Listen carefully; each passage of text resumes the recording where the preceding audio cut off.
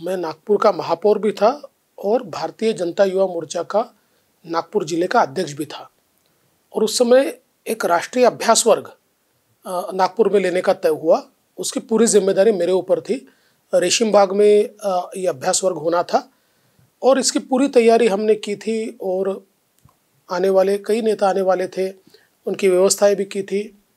रेशीम बाग में भी रहने की व्यवस्था की थी और बाकी बाहर रेस्ट हाउसेस में भी व्यवस्थाएं की थी। तो मोदी जी आए, हमने उनका स्वागत किया और स्वागत करने के बाद उन्होंने डॉक्टर हेडगेवार जी का दर्शन लिया। और उसके बाद हमने उनको पूछा, मोदी जी को मैंने स्वयं पूछा कि देखिए, रहने की व्यवस्था तो यहाँ पर भी है, बाहर गेस्ट हाउस में भी है। मैं ऐसा मानता था क्योंकि उस समय जितने नेता आए थे वो सारे बाहर गेस्ट हाउस में रहने को चले गए थे, तो इसलिए मैंने पूछा था। तो मोदी जी ने अपने अंदाज में कहा, हम तो भाई यहीं रहेंगे। और बिल्कुल एक छोटा सा कमरा जो था, क्योंकि वो तो संघ की व्यवस्था सारी थी वहाँ पर, तो उस कमरे में वो 2 दिन तक 3 दिन तक वहीं रुके हुए थे।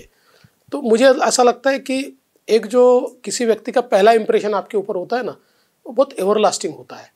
और उस समय जो उनका जुड़ाव, उनकी सिंप्लिसिटी, या एक कार्यकर्ता के रूप में एक स्वयंसेवक से जो कार्यकर्ता बनता है, इस प्रकार का जो व्यक्ति होता है, उसमें जो एक व्यवहार होता है, वो व्यवहार मुझे देखने को मिला।